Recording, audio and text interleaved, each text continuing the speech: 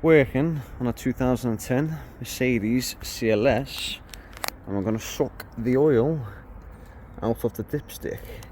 It's just on 5,000 miles, so it's due for an oil change, in my book anyway.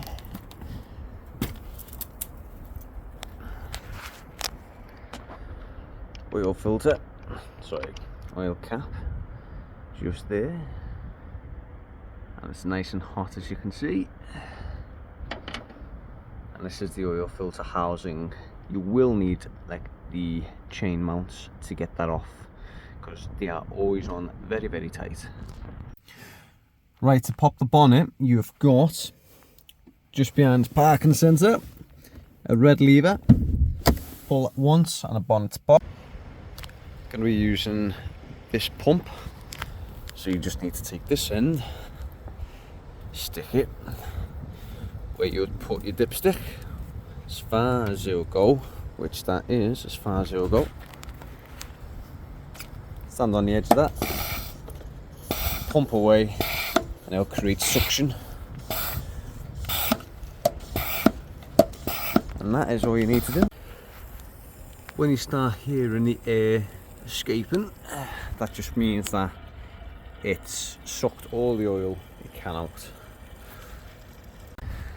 To get the oil filter housing off, get yourself one of these chains, wraps around, put on a link, shortest, and it's just a matter of pressing it like that.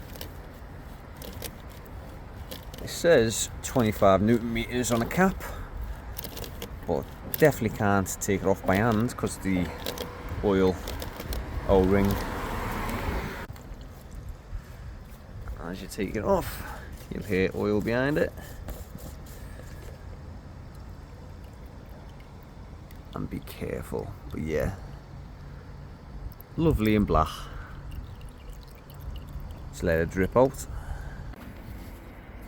This is the OEM replacement Bosch oil filter, not the metal ones, just the little paper cartridge ones, and you just want to stick it right over and push it all the way down. On the ring you've got an oil filter ring just there, and you want to get it in the groove just below that dot. You've also got another one there, and you want to replace both of them, which we do have in the packet. Oil we're going to be using is Castrol Edge 5W30LL, and it takes 8.5 litres, being a 3 litre V6 turbocharge. With the O-rings, I just want to get a little bit of oil and just dab them up, and then you just want to go all the way around and make sure the oil O-ring is nicely lubricated before you put it back on the oil filter housing. And once all properly lubricated, just want to go straight round. It's a bit hard to do this one-handed, but you want to get that oil filter down to this ridge right in the middle, and then the little oil filter O-ring goes on the very top there. Right, oil filter on, oil O-rings are both on. What you need to do, line it up, twist it on.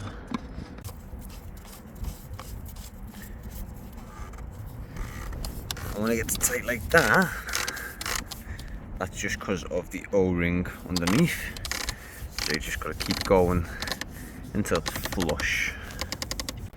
Right, now that the oil filter has been replaced, oil has been sucked out, all we need to do now is add the oil. It's not the best setup in the world, this, but it will do, it will do.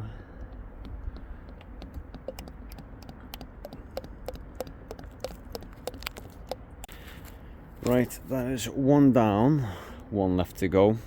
Now I need to put 3.5 litres into this because it takes 8.5 litres of oil. So I'm gonna have to sort of eyeball it on the side of there. Off you pop.